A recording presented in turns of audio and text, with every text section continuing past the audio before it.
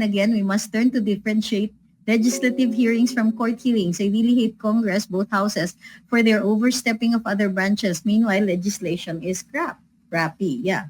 Tama, sobrang daming party list at di na maintindihan para saan sila o yung iba. Correct. But we cannot abolish it. It's in the Constitution. But we can't change it. We can change the law. At yan dapat tinutuunan din natin ng pansin, as People's Initiative. Kaya lang, yung People's Initiative, napansin niyo yung batas? They make it impossible. They make it too expensive. O ordinaryong mamamayan, pwede naman create pala ng batas. Pero dahil all over the country, kailangan yung percentage, ganito kalaki, tapos lahat ng distrito, minimum ng ganito. It's like you're saying, ayaw namin kasi na makagawa kayo ng batas, kaya pahirapan namin kayo. Hindi, that's another law that we need to change. Yung People's Initiative na yan, we have to make it easier para hindi kailangan maging kongresista para gumawa ng batas. Ma'am Mariluces, ang solution yan is dapat ma-educate yung mga botante, lalo na yung mga hindi mahilig sa social media, sila ang madaling mauto ng mga politiko. Pero part of that also is, kasi connected lahat yan eh. Kaya believe ako sa Duterte administration, I apologize kung hindi po kayo DDS. Pero in-address nila yan eh. Walang takot yun. That's what I mean. Yung mga politiko who want to stay in power at takot sila na baka tumalino yung mga tao at makita na napaka-mediocre nila. They want to keep us poor and ignorant. Pero pag meron kang leader doon na gusto niyang iangat ang ordinaryong mamamayan, gusto nilang tumalino ang mahihirap by providing them with education, nutrition, opportunities. Yung mga yan, mahalaga yan so that your electorate becomes more intelligent. Sabi ni Roy, better we elect strong president like Digong to mitigate corruption like before. I think culturally speaking, yes. We're very dependent on the leadership. Rich Yang, hindi po pwedeng palitan ng term basta nasa saligang batas. Sabi niya kasi, hindi po i-abolish ang Congress or party list. Pwede bang palitan ng termino? Lahat po yan nasa saligang batas. So, if you're going to change that, you're going to change the Constitution. Right now, we cannot trust the people who are sitting to do it right. In fact, we cannot trust them even to make the laws that we put them in position for. Alfonso Cortez says, hirap din kasi sumali sa politika, popularity contest din kasi parang ang choices mo lagi is lesser evil. Totoo yan. Tapos yung tumatakbo kasi nga, it has to be strategic. So, yung iba, artista, kasi popular na sila. And dahil sa baba ng edukasyon ng ibang mga botante natin, kung sino lang ang kilala, yung name recall na lang. Ay, ito, kilala ko to. Uy, si Action Star, kilala ko to. Boto ko yan. Presidente ko yan. Ayan. Sabi ni Dedsky, required ba na dapat publicized ang hearings? Actually, yes. Kaya nga may rule na pag public interest or national security, yun lang yung time na pwedeng executive session. May batas po ba sa lifestyle check ng mga congressman? Actually, wala. Dapat ginagawa yun ng ombudsman. I mean, the ombudsman can do that kasi pwede silang on their own mag-initiate ng investigation on any government employee above a certain salary grade. Yes. Robert Tasu says, what if somebody actually tried to mess with the educational system? They did. It's called the first Marcos administration. Lower the quality para lesser, the more the crooks can manipulate you and make you thankful to them, similar to the Spanish. Yes. Actually. And in fact, there are people who don't understand also some very important rules. Number one, yung national language program, hindi siya naiintindihan.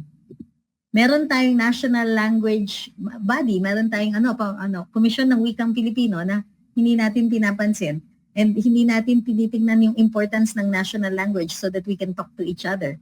Not being able to talk to each other means we can become divided. And that's why maririnig mo pa rin hanggang ngayon yung mga termino na probinsyano, Imperial Manila. The intention of some people in ignoring the national language policy or in ignoring the development of the national language is to keep us divided. Tandaan niyo po yan. And so, every time somebody says, discriminates, whether you're discriminating against Manila or discriminating against the provinces or discriminating against other cities or discriminating against particular cultural communities, the intention is to divide us. We have to resist those divisions. Pati yan, yung mga discriminations based on where you graduated. Ay, nako. OVP next year, satellite offices will be no more, most likely. Kung umiral sa BICAM, okay, uulitin ko, kung umiral sa BICAM, yung sinasabi ni Vice President Inday, na 2 tao lang po ang may say talaga dun sa budget, at umiral ang boses nitong 2 to, goodbye na yan. Bakit? May impeachment ba sa judiciary? May chismis ba ng impeachment? Wag naman yung mga rumors na wala pang basihan, ha? Yung like mga aneurysm yan. Wag po muna tayo magpapapatol until meron tayong additional na information. I mean, we can say it as, well, there's balita, there's chismis na gano'n, but ako, I'm not gonna hazard a guess kasi medical yan eh. Sabi ni Gaming, ba't gano'n ang Congress inuungkat pati family matters? Anong kinalaman sa legislation nun at sa topic? Yun nga eh. Tapos kung makagamit ng contempt, unprammeled. Now again, i-remind ko kayong lahat, 2 po ang klase ng contempt. Ang powers ng legislature to cite in contempt is a given. So, in-uphold na yan. May power of contempt sila. Now, there are 2 kinds. One is contempt to compel. Meaning, sinite po yung contempt yung isang taong nag-a-absent para umattend siya. Okay? Yung citation, yung pagkukulong, yan po ay penalty. So, pagka may citation in contempt, we're detaining you because you are in contempt. Sabi ng Korte Suprema, kailangan may due process. Bigyan ng pagkakataon sumagot at bigyan or mag-explain kung bakit ayaw niyang sumagot. So, without that due process, yung detention ay pwedeng i-overrule ng Korte Suprema. Nakikita na natin yung mga dito. So yung kaliwat kanan yung can a person be cited in contempt kapag ayaw niyang sumagot because it might incriminate himself? No. Kasi sabi nga dito sa saligang batas, the rights of the persons there shall be respected and you have the right against self-incrimination. Sabi ni Mapang Asar, intelligent versus famous, kesyo artista na sikat iboboto, di naman marunong sa batas. Sabi ni Megami Lifestyle, contempt Griezmann. O nga. Sabi ni Ma'am Selena, grabe silang mamahiya, pagpalagay na may kasalanan ng tao pero the way nila i-confront, grabe yung humiliation na inaabot ng resource persons. Mas tinalo pa yung hukuman. Totoo yan. Sabi ni Paul, Barakiel, Daro. Uy, related ka kay Anyway, ang lakas na naman po ng ulan dito sa amin sa Bicol ng Typhoon Hener. Baka po ma-fact-check na naman flood control ni BBM kung aabot ito dyan sa Manila. Hi, check nyo si Ako Bicol. Ano bang ginagawa niya para ma-mitigate yung baha dyan? What will Harry Roque do? He will probably file suit. Ma'am Christine says that's what Congress is doing with their statements at their accomplice media. Representatives and senators muddy issues, conflate terms, propagate narratives to confuse the people. Miguel Aphrodite says the reason why there's discrimination because of how some politicians or how they handle the community. Kaya pumapasok ang graft and corruption kasi nga nabobobo sa salapi. Sabi ni Nevermind Me, yun nga kahit ano na lang basta gusto nila i-contempt, ang lilinis talaga ng Congress. Love naman says, watching from Kuwait siya. Si Ma'am Maria Queenix Maria din po.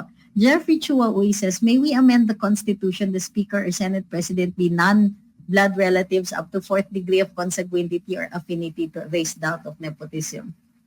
Yes, actually, can amend the Constitution, yeah. For that. Sabi ni Julian's World, 77% ata ng flood control nasa Metro Manila daw. Sabi ni Byron, Kong Abante said he wants Attorney Harry to be jailed in Women's Correctional Facility and jokingly said he made a mistake. What an ass. I'm sorry to say that. Pero naman, you call yourself a religious? Why?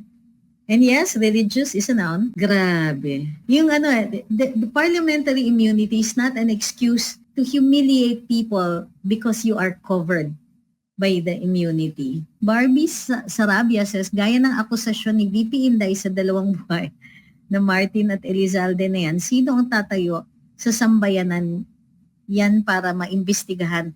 Madami pa yan makamkam ang dalawang buhaya bago mahiring o makasuhan. Pwede naman pong i-file yung kaso. Eh, ang problema, tayong ordinaryo mamamayan, wala tayong access to these documents. Well, unless you have.